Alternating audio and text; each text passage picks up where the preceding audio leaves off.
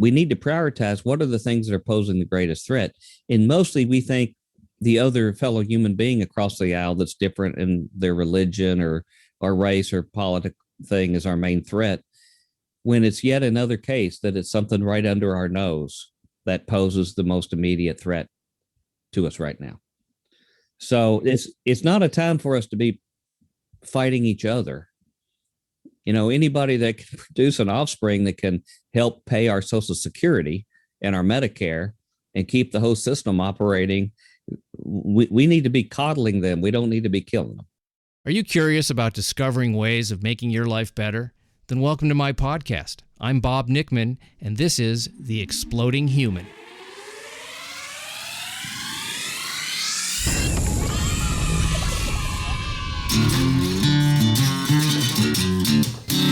Listen in while I talk with all kinds of people in the fields of personal growth, health and healing, alternative therapies, psychology, spirituality, environment, and the future. I'm looking for those answers that make life better for everyone.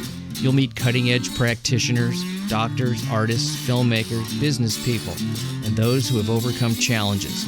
The brave, the curious, anyone who is out there helping us humans to explore, expand, and explode. Hey, welcome to The Exploding Human. I am Bob Nickman. My guest today is MICHAEL Bennett, Ph.D. More about Mike in a minute. First, I'd like to invite you to visit my website, theexplodinghuman.com. Over there, you can listen to episodes, read synopses, see photos of my guests, a little bio on myself. There's a donate button if you'd like to support the show. That will also give you access to some extra content. There's also a YouTube channel, The Exploding Human with Bob Nickman. Add with Bob Nickman to find that YouTube channel, and you can listen to the episodes there. Also, The Exploding Human Facebook page. Lots of places to listen, and much appreciated. My guest today, as I said, is J. MICHAEL Bennett, Ph.D. I'm going to call him Mike, because that's what he likes to be called. And he is a really interesting guest. I haven't had anybody quite like this on my show, and I was happy to make his acquaintance. We had a great talk. He has a doctorate in mechanical engineering and served as a Defense Department scientist, successful high-tech inventor, and entrepreneur. He produced an influential radio show called Future Quake, and he resides in Nashville. He is one of the most interesting combinations of people. He, as he says, he lives in the buckle of the Bible Belt, and he likes to stir things up and ask the kinds of questions that get people really thinking. And we cover a wide range of topics, from evangelical history and thinking to some of the current issues facing our country. One of them, which I didn't know about, and we're going to start with that one, which is infertility. I did not know this was becoming an issue. So we're going to be talking about that to start off, and then we go and veer into some really interesting areas, and he is a font of knowledge and of history. So please enjoy this talk. This is Mike Bennett, Ph.D. Good morning, Michael. It's great to meet you. Can I call you Michael or Dr. Future? You can call me whatever you want, as long as there's not a subpoena connected to it. You are totally fine. I'm not going to come after you in any way other than questions. Well, that's a change of pace. Yeah. And first, let's do a quick shout out to Mark, who books the show, who was incredibly inept in his communication with both of us. So we're really going on a wing and a prayer here, but it's going to be great. I have a feeling our pre-interview talk has opened the door to some amazing topics already. Mm-hmm. Well, he approached me out of the blue, sort of like that guy in the Willy Wonka original movie, with when you got the golden ticket. And he sort of grabbed you to parts unknown. You remember that guy? Yeah. Yeah. He was kind of sinister looking. Yeah. That was sort of how Mark got a hold of me out of the blue. So you were telling me that you're earlier career that paid the bills was one of a scientist and an engineer, and that now you've segued into writing books and exploring some topics that maybe people are unaware of. Let's start with the one you were just telling me about before we started, because I did not have any idea that this was an issue, and now we're going to find out. Because like I was telling you, I said I'm always talking about overpopulation as a problem, and you're telling me that there's a big problem with infertility coming around the corner, or maybe it's already here. It's like when you buy a new car and then suddenly you start seeing that car everywhere on the road, that same model. You never noticed it. Yeah. Well, I've started noticing more studies coming out that I had not picked up on, but I'm going to reference one that's from the New York Post from February 21st of this year. It's going to explore some of this right now. But they're talking about something that's going to happen. It's already happening so fast and maybe too far that it's going to change the way all of us live, and in short order, before all these other things have any time to come get us at all. And that's why I think it's important. And it really focuses on the fact that we are rapidly losing our capability to reproduce our own progeny. And it's happened within the space of a generation, and we're probably past a tipping point right now. Now, it doesn't affect the household here very directly, since we hadn't really had, generating children as our goal. And at my advanced age, some of us, it's probably only going to be getting to be felt what are the implications of it. But for a lot of your listeners out there, it's going to have a big effect on this entire generation. And if there's one afterwards, apparently. The one that I mentioned to you that people can look this up. It's from February 20th, 2021, and it's called Why More Men Are Suffering from Infertility Than Ever Before. And I have to tell you, the data sounds like it comes out of some 1950s sci-fi end of the world movie. But I've seen it verified by other medical sources as well, too. Some of the things they mentioned right off the bat is that sperm counts in the Western world have dropped by more than 50% since the 1970s. Mm-hmm. Now, this is and there'll be some more data that's similar to this.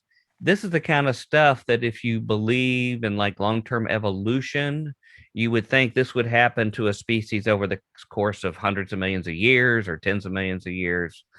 But this has happened within a generation, a 50% drop in a fundamental part of what we are as organisms, and that is our ability to produce sperm and reproduce ourselves. The testosterone levels right now are decreasing by 1% a year. They quote a Mount Sinai medical facility for fertility scientists that says the current state of reproductive affairs cannot continue much longer without threatening human survival. It's a global existential crisis. Now, this is that crazy conspiracy theorist, the Mount Sinai Medical Center. I can detect a little sarcasm in there. Yeah, tongue firmly planted in cheek there. There was a study of 40,000 men recently released that found that the sperm count fell 59% between 1973 and 2011. That's 38 years. That's nothing. What is now? Let's get into. Well, maybe I'm pushing this too fast, but I want to know the cause. Well, we're getting there. Okay. Let me just to bolster this. Fertility's dropped 50% from 1960 to 2015, and currently the U.S. birth rate is 16% below what it needs to sustain. Miscarriage is on the rise. Puberty now is beginning as soon as 8. And now they've determined that 25-year-olds today are less fertile than their grandfathers were at age 35. The average male right now has 47 million sperm per milliliter, which they say is on the threshold, barely enough to have any chance for pregnancy. And it's still dropping. Our fathers, had 99 million versus 77. So, I've got more statistics, but I think you see what's going on here. We're having a drop in sex drive, big increase in erectile dysfunction. It's happening 7 years earlier than it was just in 2005, when the average effects rate, 26% of people having this are under the age of 40. They're having genetic abnormalities, but it's also affecting the animal kingdom. We're having seals, polar bears, alligators, panthers, minks. All of them are having the same problem. Now, you ask about the culprit. The main culprits that they point out, and I've seen elsewhere in the literature, are things that are around us every day, very innocent looking things. They mention phthalates, and that's phthalates begins with a P. And these are the chemicals they put in plastics and cosmetics, and particularly the things they put in plastics to make them flexible, like shower curtains, are always a culprit. You never thought your shower curtain was out to get you, but evidently it's like an anaconda, because that's the main culprit in decreasing our testosterone is the prevalence of these in our use. Flame retardants they put in furniture, chemicals in stain or grease repellents, fast food packaging are all using these kind of chemicals. It's even affecting penis length and anything else that causes reproduction itself attributed to these chemicals. The atrazine, you're probably familiar with that chemical that's used for weed killer. It's also producing lower sperm counts and quality. And processed meats have been connected to it as well too. So those are just some of the things that you think about that. They've even said in some of the references I've had, they said, look, it's too late. If we go on a big crusade to get these all out of our system right now, we're too late on being able to turn the ship around. So we're going to have to look at a world in which reproduction is a very specialized thing. I mean, it's going to affect how we handle American culture, because somebody's going to have to take care of you and me in the nursing home, and they're going to have to feed us and clean us up and do these other kind of things, and we're going to have people to be able to do that. So that has obvious political implications and things like that if we're not able internally to be able to keep ourselves sustained. Reminds me of, there was a movie years ago made from a Harlan Ellison novel called A Boy and His Dog. I don't know if you Right. ever, yeah. Oh yeah, I've seen that. Yeah, with Don Johnson, I believe. Don Johnson, very young Don Johnson, and that was a story of when mankind had polluted the environment on the earth so badly, and wars and all the stuff, that they were living underground, but they were infertile. And then they had to capture fertile young men who were living on the surface and bring them down and, get their sperm so they could make babies. Right. Because that had happened. That's exactly what this reminds me of, this toxic outer world. Right. That is, it is scary, because if this is really where we're headed, that is as frightening as anything, because you think about what's going to happen to us as a species, and why do we do what we do to ourselves? Right. We're going to die because of our own excesses and what we thought added value in our life. And I say that as a scientist. I'm an engineering scientist that developed new things. I developed new chemicals that supposedly save the ozone hole in global warming, but still put out fires on the airplanes that we fly and vehicles and things like that. And so I realized that, like DuPont says, I guess chemicals add life, or GE adds life, or whatever, but it also has the other side. And we all know that too, but we need to prioritize what are the things that are posing the greatest threat. And mostly we think the other fellow human being across the aisle that's different in their religion or race or political thing is our main threat, when it's yet another case that it's something right under our nose that poses the most immediate threat to us right now. So it's not a time for us to be fighting each other. Anybody that can produce an offspring that can help pay our Social Security and our Medicare and keep the whole system operating, we need to be coddling them. We don't need to be killing them. Well, that's obviously a wonderful message, and I think that would be wise for us as a species to pay attention to how we're behaving toward each other. Mm-hmm. So we went from a situation, you mentioned The Population Bomb, that book, which I had read, Paul Ehrlich, I think was the Seems writer. To ring a bell. Yeah. And then I'm looking at these lots of mass migration from places that aren't habitable. and great poverty and all that. And you're seeing that with all these people moving around the world to new places so they can survive, which is, we get into the immigration thing, but Right. there just seems like limited resources still and too many people. Yet now, is there going to be a balance at some point? Where is that balance? And then how do we stay at that idyllic balance if there is such a thing? Right. Well, that sort of gets into a little bit of my core writing, which is more about spiritual communities, and particularly the religious right background I come from, because they were fed a line of goods that sustainability is a four-letter word, and they forgot they forgot in their own Bible at the very beginning the one job they were given was to take care of the garden. If they read their own Bible, to take it, sustain it, and it's a job of husbandry. So, they could call God a tree hugger or whatever. I don't think he'll deny that claim.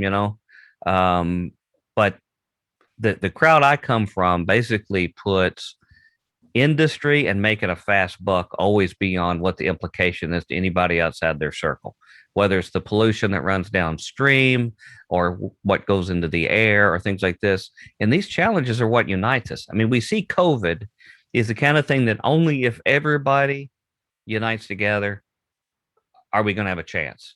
We have other things going on in the atmosphere that's the same thing. And in the kind of conservative churches that are of my history and background, I will be hooted out of there as if I denied the gospel if becomes part of the conversation. But they were groomed for that. And in my recent book I did, it's part of a trilogy. It's called Two Masters and Two Gospels, Volume 1, The Teaching of Jesus versus the Leaven of the Pharisees in talk radio and cable news. I get into the background of why do the people of faith gravitate to what I call a wealth class message. And this wealth class message really sort of looks like the Mask of Red Death. They wall up the castle, and as long as their fellow elites are okay, they don't care what goes on outside. In essence, they seal their own doom because of it. And what I show in my recent book is that about 1940, the wealth class people came to a guy who was the first prosperity gospel preacher in America. His name was James Fifield. He was known as the apostle to the millionaires. He went out to First Congregational Church in Los Angeles, and it was falling apart.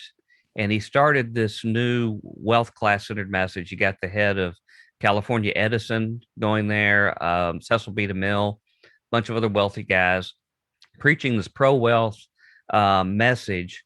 And just at that time, the National Association of Manufacturers were having their annual conference. It's televised on the radio or broadcast on the radio in 1940. And they had been trying to get the public behind big business after the New Deal or after the Great Depression, because they were being blamed for their hubris and their greed, bringing down the world economy. And they weren't getting any traction with all the money they were spending. And they also were trying to fight this New Deal that had been proposed with jobs programs for, well, we had anywhere from a quarter to a third of people out of work, trying to build roads and dams and things like military pensions or old age pensions they were trying to fight. And they couldn't get anywhere because that certainly didn't sound appealing to the average guy. But when Reverend Fifield showed up, he says, and he gave this message, it was broadcast nationally. He says there's only one group of people in America that still have the credibility of the public, and that is the clergy. And if you will take your pro-big business, anti-labor message and package it in sort of spiritual language for the clergy, let them be your mouthpieces. And they thought that was the most ingenious thing in the world. And the next thing you know, we had the real birth of Christian media. J. Howard Pugh, who he and his dad founded Sunoco, were the main ringleaders funding this. Several of the other oil men like Sid Richardson, who was sort of the guy bankrolling, Billy Graham and others. And they built a message that all looked at immediate short-term profits. And this gets back to the longevity issues we're talking about. They couldn't see past the end of their nose or that month's profit and loss statement, on what was the impact to the windfall profits they had. So if you created long-term social problems because of widespread unemployment or low wages or whatever, that was a problem down the road. They wanted to make sure they held on to every single dollar, and they Christianized that and made it a message. And they founded groups like Spiritual Mobilization that had hundreds of radio stations, took over television, and every one of our clergy in America were getting these newsletters saying that big profit, windfall profit was good, any kind of regulation was bad, any kind of thing that would, like say, pensions, labor safety laws, anything like this. And so now we have a mindset today where if we bring up like what we just brought up today about population or lack thereof, even trying to get a consensus of the community together to say we have a common pandemic. Let's at least try to all pull together. They have basically gotten our religious community, which is very large in America, and sent them in a different direction to do their bidding. And so that's the crux of a lot of my work. And that's why it keeps coming back to these issues facing society. It's a spiritual problem as much as it is a resource problem or education problem. That was an amazingly articulate version of what is actually going on. The success of that movement is outrageously, incredibly successful.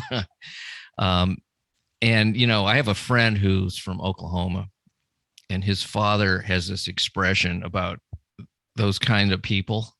Anybody, whether it's on the just day-to-day living or, you know, this sort of larger corporate mentality. And the expression is, he calls them "hooray for me, fuck y'all."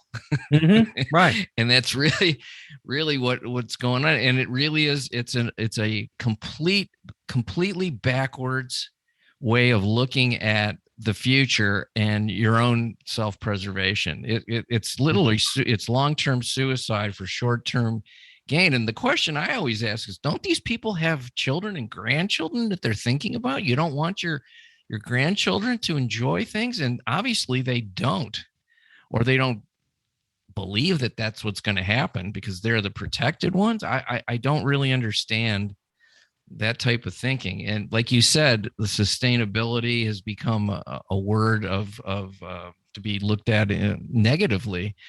And the idea of, I look at it like a balloon. You know, is growth a good thing? Well, when you first start blowing up a balloon, not bad. It's getting bigger. The color is nice. It looks cool.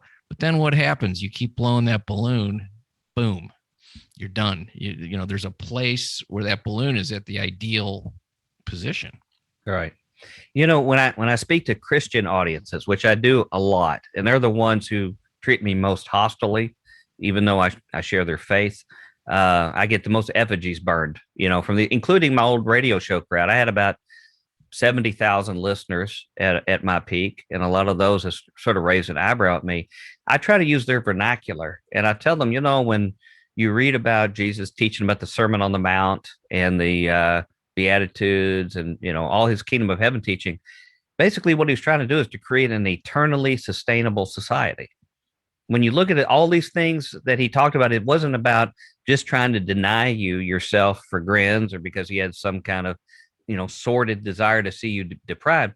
It was the fact that any kind of eternal society, I don't care who's running it, Jesus or anybody else, if it's full of selfishness and short-term thinking, it will eventually be destroyed, no matter what kind of blessings and resources it has. Our Earth is an amazing, amazing place of resources, particularly when we look at the other planets of the universe that we found. And to think how amazing it is what we have, its ability to recover, its ability to sort of self-heal. But we're bound and determined to run it into the ground. And with all those blessings, it's been a relatively short period of time that we have taken it and are really advancing and making a cesspool. You know, we've got entire semi-continents of garbage floating out the Pacific Ocean that's growing every day. And I could go on and on. You know, it makes me think of that Indian, you know, with the tear going down his face. Do you remember those commercials? Yeah, growing up. But that's the whole crux of it. And that's the main crux of the spiritual message we've been given. If you're not looking out from everybody, you're not even looking out for yourself. And you mentioned about, do these people have children or grandchildren? I do some profiles in that book that I just mentioned and in my other writing about the families of these elites.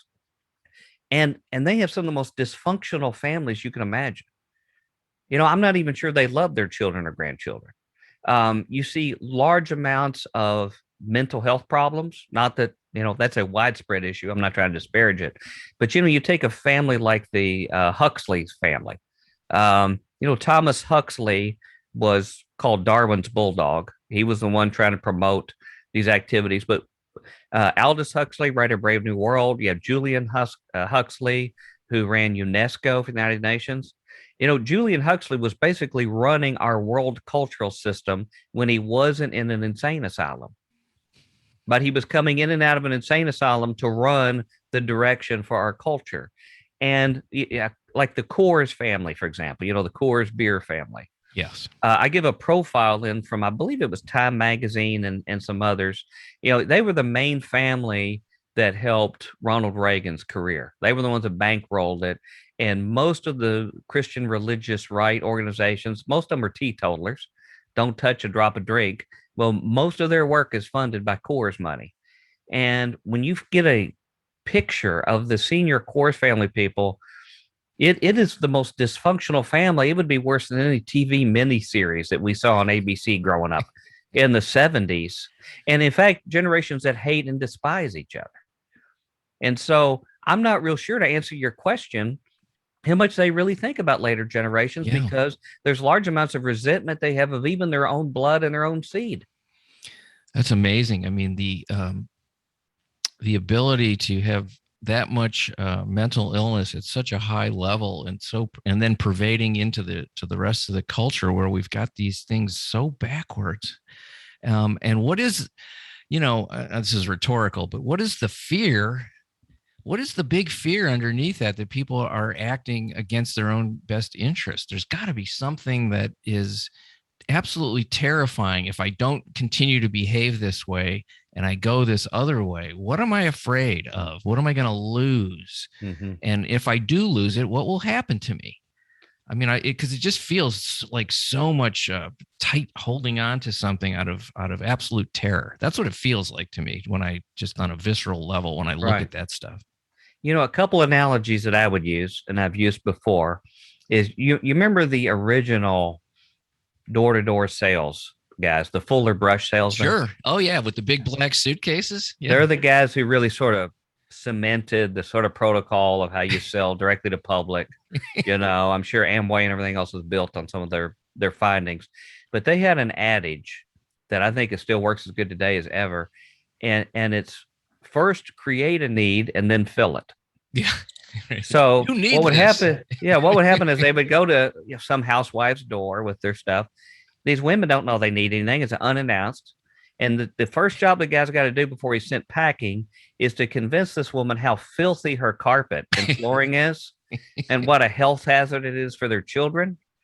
And so he's got to hurry up and do that and terrify them and make them feel insecure, make them feel like they've been a terrible mother, that there's immediate peril. And it just so happens the same guy also is carrying the solution in his briefcase. And he's got just the right tools and things. And really, is money really an object when your family's in that much peril? And so, I can remember even on my generation of watch, there was the big thing about water softeners and about all of the stuff in our tap water. And they brought these little vials in, and they take your tap water, and you didn't know what chemicals they put in it, and something would precipitate out. And they said, well, this is killing you. And it's like, well, the health department approved it. Well, this is killing you. And, do you really want to cut corners and not buy the premium water softener? And so I find this same thing working in my in basket. Mm-hmm. Now, I get a lot of the Christian activist stuff, culture warrior stuff in my in basket. And they first have to terrify me that I am in immediate peril, not from something that science will show is something we have to address, like some things we discussed, but some other person. And the kind of groups that have really helped make this work well for my part of the country are groups like the KKK. The KKK can take some outsider and say, look, the barbarians at the gate, they're coming to rape our white women. And I find this same message is still working extremely well in the Christian culture. I'm finishing a 13-volume series of books on it was stimulated by the anti-Sharia rage mania that happened around 2011 here. There was a big push about suddenly Sharia law was going to be invoked across our nation. And ground zero of the battle was around Middle Tennessee, and some Islamic center was being built. And I found it fascinating how for the people all around me, this became suddenly a most urgent issue, even though they hadn't been following it for, 10 more years or longer. And what I found is there was this rogues gallery of these demagogues that were flying into Nashville from parts unknown, and they were bringing this message of fear and terror. Nobody knew who they were. Nobody knew their backgrounds, but they were ready to terrify all of us that Sharia law was going to be invoked within the next 12 months. And so I was crazy enough to start saying, well, let's go find out the background of who these people are who have come in and told us the latest barbarians at the gate. And that led me to, first of all, a book to verify who were the leaders in the anti-Sharia movement, who was funding them, what was their pronounced agenda, and led me to look into the roots of holy wars and took it all the way back to Cain and Abel. It was called the Holy War Chronicles. And this was a classic case of being able to get people spooled up, particularly, sadly, religious people, at the drop of a hat into a new enemy that they just never knew was their enemy, but they were so easily suggestible. And in the process of studying these kind of things, I got into one of the original hypnotists. But guy's name is Orman McGill. I don't know if you ever heard of it. I have not. Do you? I think you're out Hollywood way, correct? Yeah, I'm in Los Angeles. Uh-huh. Yeah. You see, most of the narrative of my current book is in the witch's brew of religious movements of the 1920s and 30s that led to the development of the spiritual impetus within the spiritual mobilization work for conservative Christians. And guys like Gerald Hurd, I don't know if you're familiar with Gerald Hurd, are you? No. He was probably one of the most influential people in America in the 20th century.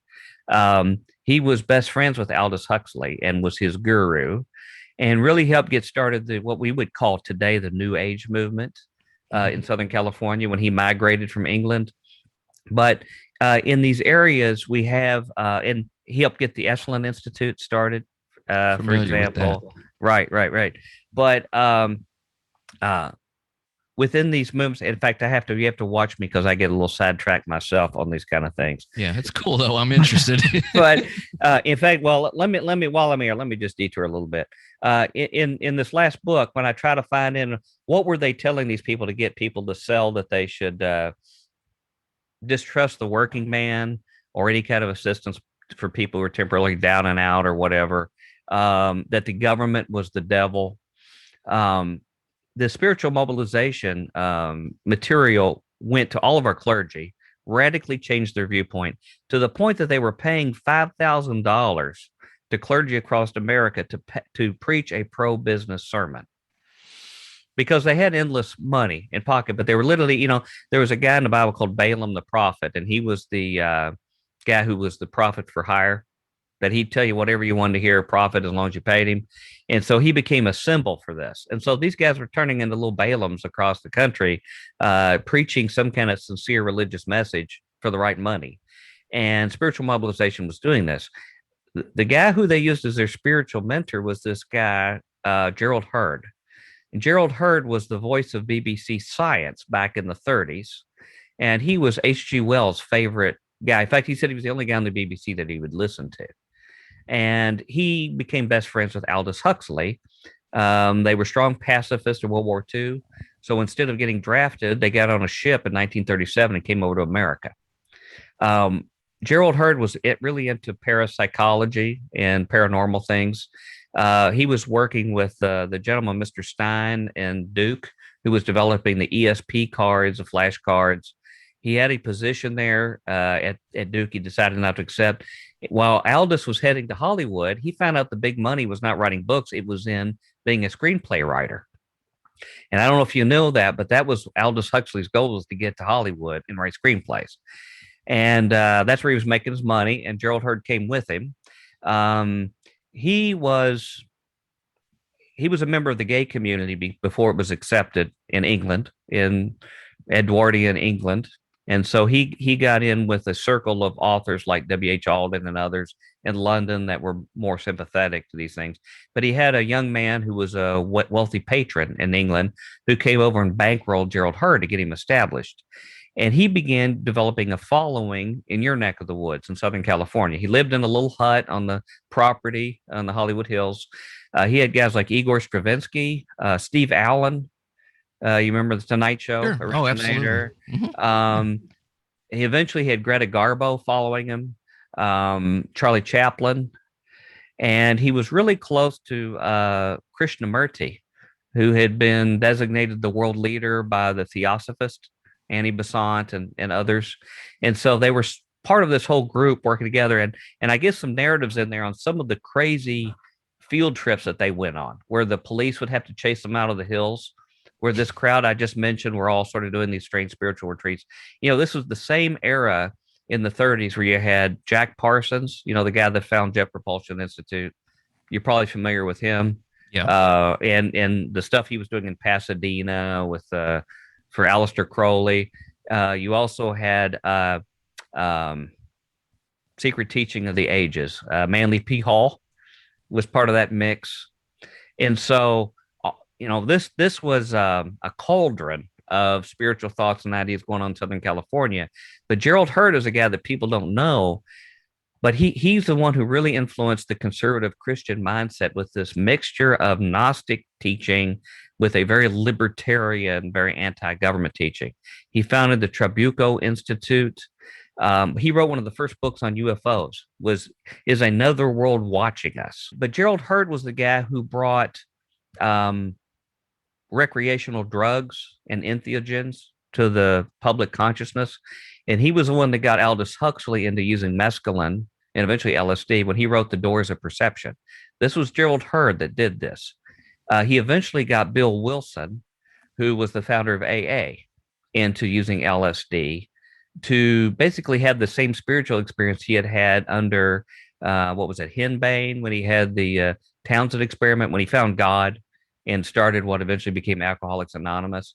So it's a fascinating story of stories that are historically documented, but are underneath the line itself of it. And I don't know where I was taking all that, but I know we were. Well, it was a great little journey there. I think what we were talking about. Well, it started.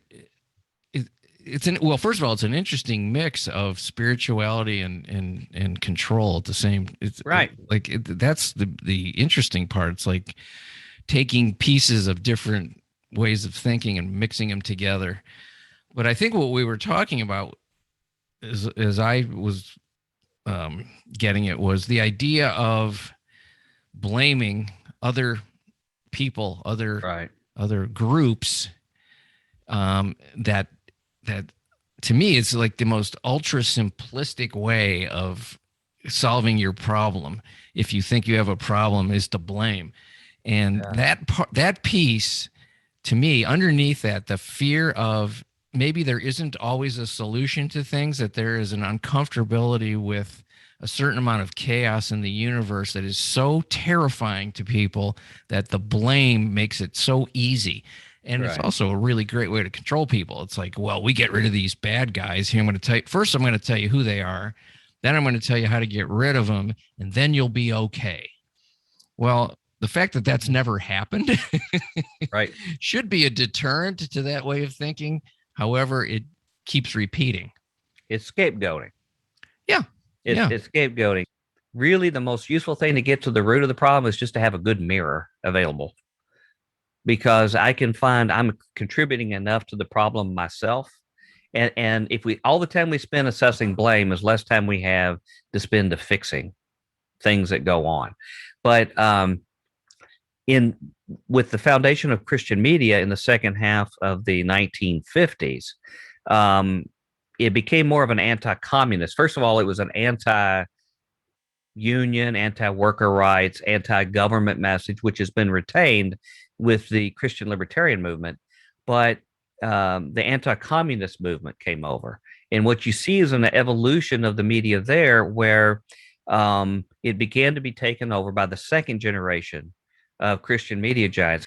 The data that I show from the 50s to 70s of the largest Christian media empires and ministries, you had Carl McIntyre, you had Billy James Hargis, and a few others. And these were the guys who we don't talk about much, but they were the guys who raised and trained the Jerry Falwells, the Pat Robertsons, and the people that we do remember of the modern religious right movement.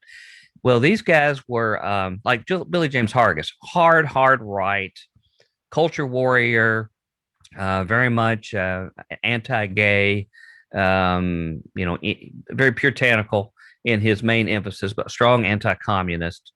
And eventually it came out. In fact, Time Magazine did a story where one of the young men that went to his Christian school married a girl there who was going to school. And on their wedding night, they decided to confess their sexual history and how they lost their virginity. And they both, the boy and the girl, found out they'd lost it to Billy James Hargis.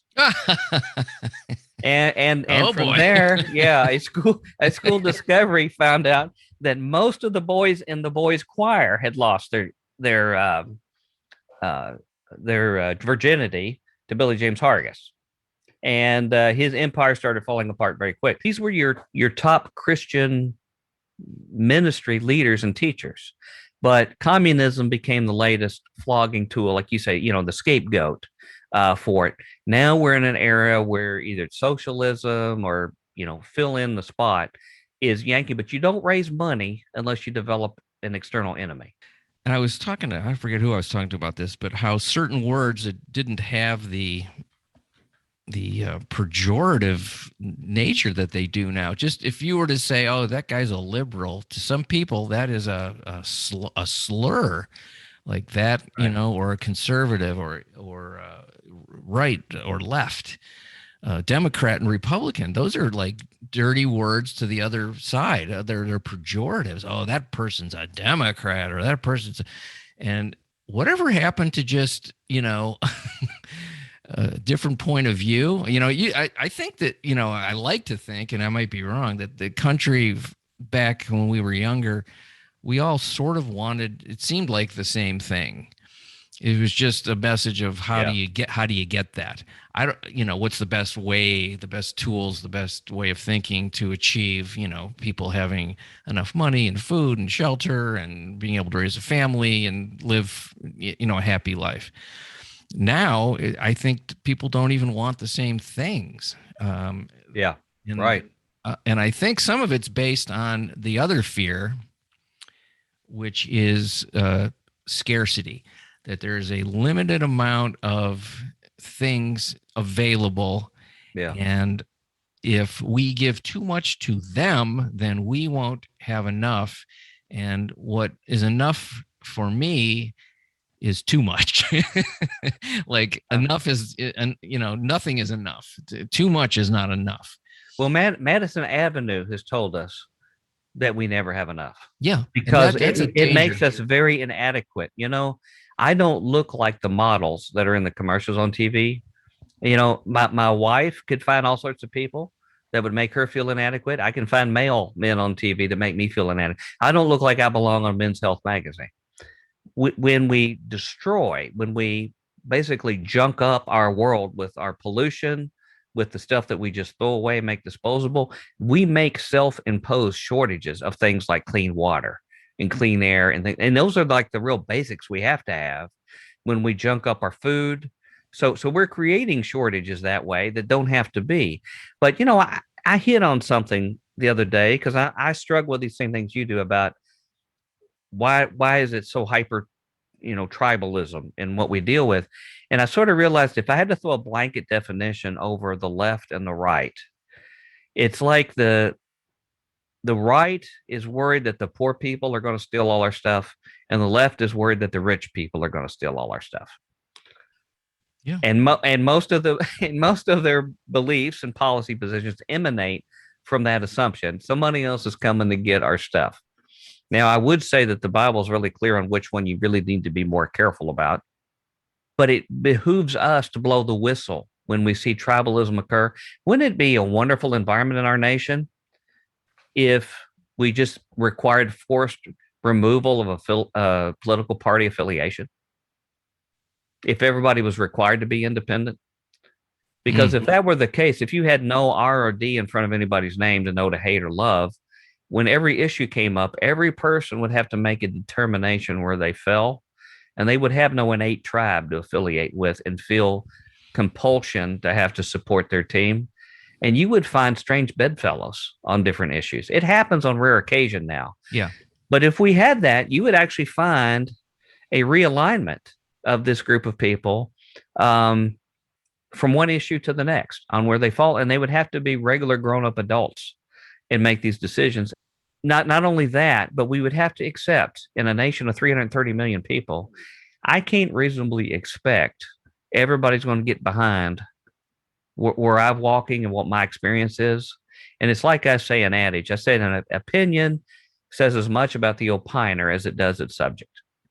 Yeah. So when I express my opinion, it basically is an expression of my sum total life experience of where I've come from, what I've experienced, what I've picked up. And that is still a work in progress. So not only should I not expect my other 330 million neighbors to agree with me 100% on everything, but I don't even agree with what I was 5 years ago, and probably not what I'll be 5 years from today. And so compromise is one of those four-letter words that we've talked about. I used to be of the view that I had certain purist candidates, and if they would always inevitably go down in flames in the primaries, well, I'm going to take my toys and go home. I know that person was the right answer. These two evil people, I'm not going to support the system. And I recognize that's sort of childish and foolish of me. When we have participatory democracy, so many people, including all your listeners, have walked a different walk than I have, had different experiences. And if we can find a compromise, then we should all share in that victory together for what it is. And maybe we'll learn from each other with the thought that if it doesn't work well, that we'll fix it along the way. That's right there is fantastic. This idea of if we make this decision and it's the wrong one, we're screwed. No, you make a new decision. That's it. That's all. There's nothing is permanent. It doesn't have to be. Oh, if we enact this law, then this and this and this and this will happen. Well, if that does happen and there's a problem, we'll write a new thing because it's not working. I always say I'm on the side of what works. And if it works, right, let's do it. And if it doesn't, we'll stop. Well, and I'll speak in spiritual terms here. We have to get a better, more learned and mature understanding of what is the sacred and profane. And I'm speaking to people of a particularly like a Christian background, Judeo-Christian, where I come from. They want to sacredize everything, including things that were never meant to be sacred. And that's what the Pharisees did. The Pharisees took the sacred cleansing things that were only done in the temple that had some kind of spiritual message meaning, and they made it apply to all of the mundane things in life. For example, their teaching eventually evolved to the point where if you were going to read a history book or a math book, you had to do it in the latrine because it was profane and it wasn't sacred. But every kind of cleaning ritual went to every part of life. Now, we do that now, and I speak particularly of the religious community today. They look at the selection of their leaders, including their president, as if it is a sacred calling that would be tantamount to with their selection of their messianic figure. And they're destined for being duped and for being led by a demagogue when they do this. Whereas I am now of the field of view that I pick my president in the same way that I pick my garbage man. When I pick my garbage man, I don't go really, really deep into their most minute spiritual inclinations, some of their other most minute philosophical ideas. I want to find out, can I trust that garbage man to pick up my garbage? Will he show up? Will he be honest with me?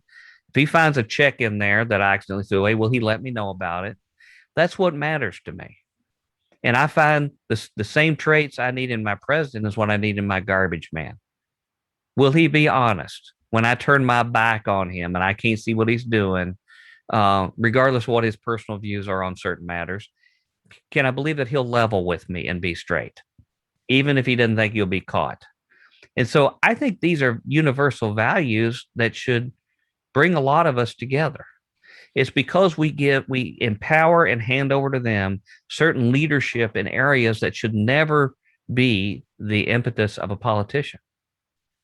Why are we going to take some of our most sacred spiritual pursuits and things like that and hand ourselves over to be led by these people when they're really not geared to do that on our behalf? Can't we find other people that are better suited for these very sensitive, intimate parts of our life and not look to an elected official to perform that role? Yeah. Do what you're good at. Right. And what's really the job calls. What the job calls for. Bequeath powers in other areas just because you've achieved a certain level in one. Huh. It doesn't mean, it's if you're a great musician, doesn't mean you're a great politician. Exactly. Like, let's enjoy the music and keep your mouth shut. Exactly. Now, from where I come from, if somebody stands up and says Jesus this, Jesus that, and knows all the right buttons to push, they don't care if they're a scoundrel behind closed doors. They don't care about their lack of obeying the golden rule, or basic virtues and basic ethics, because they gave them what they wanted. And I have to tell you, for elected officials, what I really care about is that will they do the basic things of not be engaged in thievery, in corruption? Are they in it for their own personal objectives or for true service? Some of these other issues, I'm not looking for a spiritual leader out of my elected official. I'm not looking for a philosophical person that's going to amaze me. I have other people I can get that from, but I do need somebody I can trust, and that is not catering to certain lobbyists or other kind of groups or things like this. And so these are just should be simple messages, but I find those are some of the main roadblocks we have in society, or at least the culture that I'm around today. Is understanding what is sacred, what is profane. The profane has its purpose. You can do profane acts. You don't have to be a priest, doing some kind of ritual act, but you can do something that's supremely important for society and for God, but never have that role. And God bless you for recognizing the difference.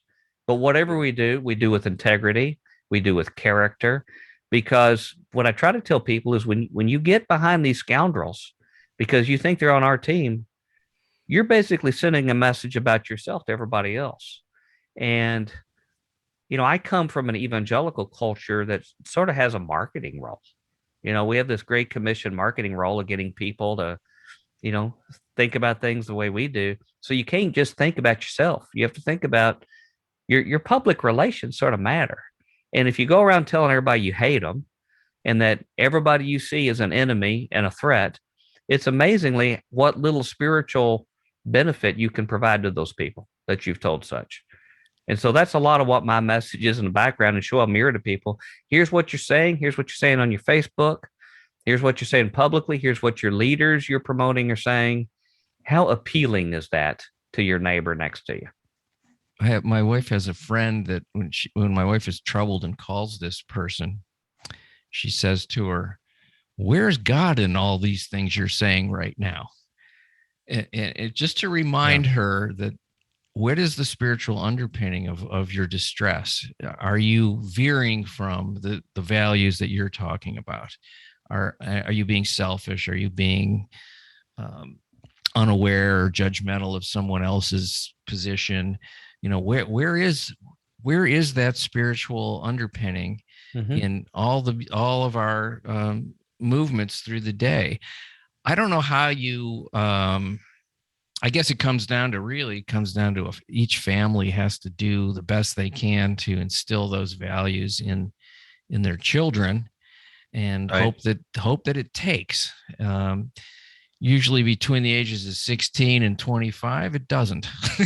Right. Well, because you're an idiot. And they come back around. Yeah. Right. And their parents are idiot. Well, when they have kids, Sometimes when they have kids, their parents Yeah. don't seem like the idiots that they were. But from the crowd that I come from, the religious right community. I mean, I live here in Nashville. I mean, it's the buckle of the Bible Belt. Almost everyone around me, and I'm a practicing believer myself. But the fact is, they look to these celebrities. They look to these well-financed religious celebrities for guidance. And I'm trying to tell people to knock it off. These people are strangers. You Yes. know, Jesus used a word for them. He called them hirelings. Basically, they're contractors. They're religious contractors. You know Alan Moore, you know, that did Watchmen and stuff. I know the Watchmen. Yeah. Yeah, Alan Moore was legend and comic book writer, V for Vendetta, League of Extraordinary Gentlemen. You know, he was certainly no way. He's the farthest from what you'd call a Christian as anything. But he said something that had a lot of truth to it. He said, I look to a lot of these religions or religious leaders and preachers and compare them to God, sort of the way that I look at Colonel Tom Parker to Elvis. You know, there's a lot of gatekeepers. And if they had a virtuous role to helping people who were spiritual babes to understand the ABCs and help them along their way on their spiritual journey, more power to them. And I know a lot of them do. But a lot of these celebrities have become no more than gatekeepers, and they basically control the access.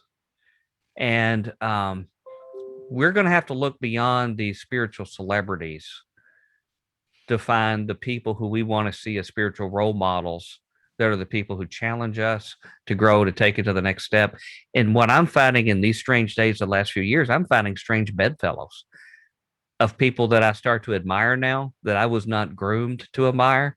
But I see certain, and I don't have to swallow everything that they've got or where they're walking or going, but I see something in their character that I admire, and it's worthy for me spending a little bit more time with them. But I'm not following a figurehead, because the powers that be like for virtuous people to get behind a figurehead because it's like the rudder on a big ship. They don't have to turn everybody. All they got to do is gain control of the rudder. Yeah. And I think it's time for us. And I've told people that people of faith need to start acting more subversively, almost like they used to encourage. You remember the red days, the red baiting and all that, where they talk about the subversive meeting, you know, onesie twosies, leaderless movements. Well, it works. It works. And it's hard to co-opt or take over a system.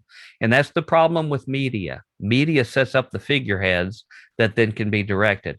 When we work subversively on onesies and twosies and start comparing notes, that's very hard to take over those kind of movements. Yeah, I always say that I'm always suspect. Well, I don't want to be led by somebody who wants to be a leader. Yeah. Right. You know, it's like, why do they want to be a leader? Because, you know, who wants that job? Right. Unless they're up to something.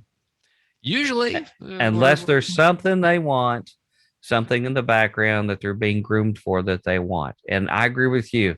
The reluctant leaders are the best ones. Yeah. You know, even Moses was that way. Moses didn't want to do the job he gave. And it turned out he was like one of the most humble men when you read about it in the literature, humble men that existed. Anybody else, it would have gone to their head, or they would have had some other kind of, you know, agenda that was involved. So I'm like you. And in fact, if you have leaderless movements and you just have people of goodwill comparing notes, then maybe we have a prayer that something good happens.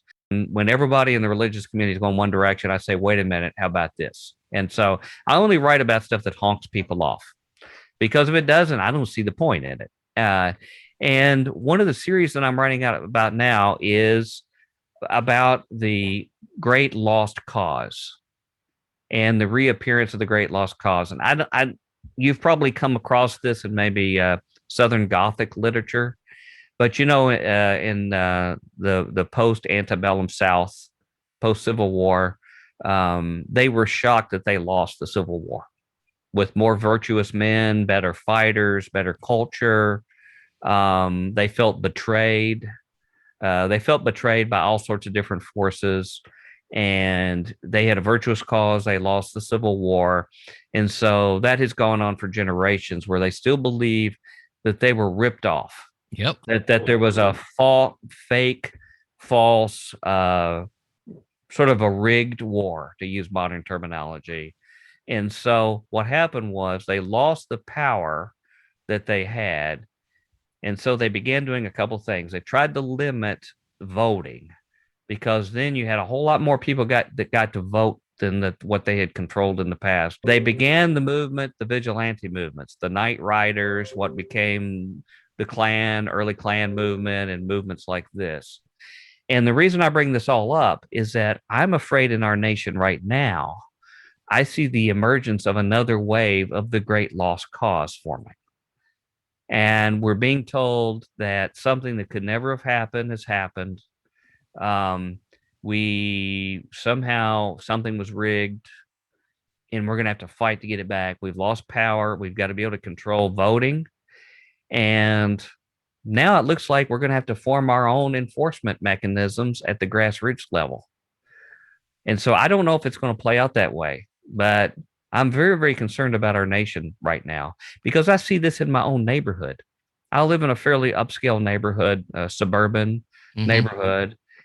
I see the people with the military painted trucks, with the camouflage, with the guns now starting to be mounted in them, right here in Pleasant Valley, Sunday, suburbia. That's terrifying to me. I think about that.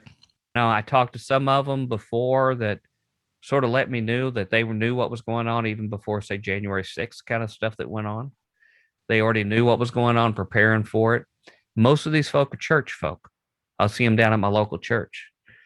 But the gloves are coming off. I don't see much of that here, but once in a while, I'll see that. And I just think it's important that you continue getting your message out there, which I'm going to put it in a simple terms. What I think you're doing is your job is to comfort the disturbed and disturb the comfortable.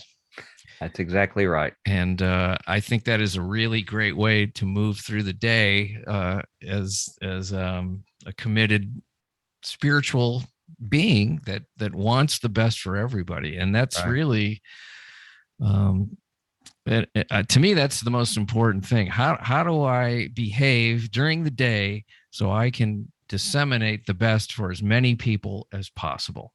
Right. Yeah. And if that requires me not having everything I want right now, so be it. I'm fine with that. Right. And how about just taking joy in seeing somebody else who has it? And so the first job we need to do is to not be afraid. And if we're not being afraid, then maybe we can be rational human beings and we can start having conversations. That is a great ending. Thank you so much for talking to me today. I didn't know where this was going to start and go, and it's been really a wonderful talk. Me neither. I didn't know where it was going either. Yeah, right. That's the best. And I think, there's probably more to be had in the future because you are a font of knowledge. I would like people to know I do have a book that I do care about. Okay, yeah, let's push that. Let's put. I appreciate it. It's called Two Masters and Two Gospels, Volume 1. The teaching of Jesus versus the leaven of the Pharisees in talk radio and cable news. And you're going to learn a lot about, there's a lot of occult stuff in there. There's paranormal, the UFOs, and there's stuff that makes my fellow Christians very, very uneasy and irate. And it's all meant to be something useful for everybody. Volume 2, I'm going to show the major cult that took over Liberty University and Moral Majority, and two of the wealthiest men in America that started buying out our ministries and changed what they were doing. And then in Volume 3, it gets really weird because I'm going to focus on the Stanford Research Institute up the hill and some of the stuff they were doing and how they began guiding our evangelical culture. But you can get them at Amazon, Barnes & Noble, or if you go to MikeBennettBooks.com, I'll link my interviews and the books. But I'd love for them to go to my blog, Two Spies Report, TWO, spiesreport.wordpress.com. There's something there to offend everybody. And so I recommend everybody to come get offended. Thank you for being on the show. I really appreciate your time and, have a great day. Thank you. Well, I appreciate that, Bob. Thank you so much. Thank you for listening to The Exploding Human. Please check out the website, theexplodinghuman.com. the YouTube channel, The Exploding Human with Bob Nickman, and the Exploding Human Facebook page. Big thanks to Mike Bennett for being on the show. I'm going to have him back. We talked afterwards and found out there's a bunch of topics that we want to cover that we couldn't do in this first episode. So I think he's going to be back a number of times. I hope so. And thank you folks for supporting the show. Much appreciated. Have a fantastic day.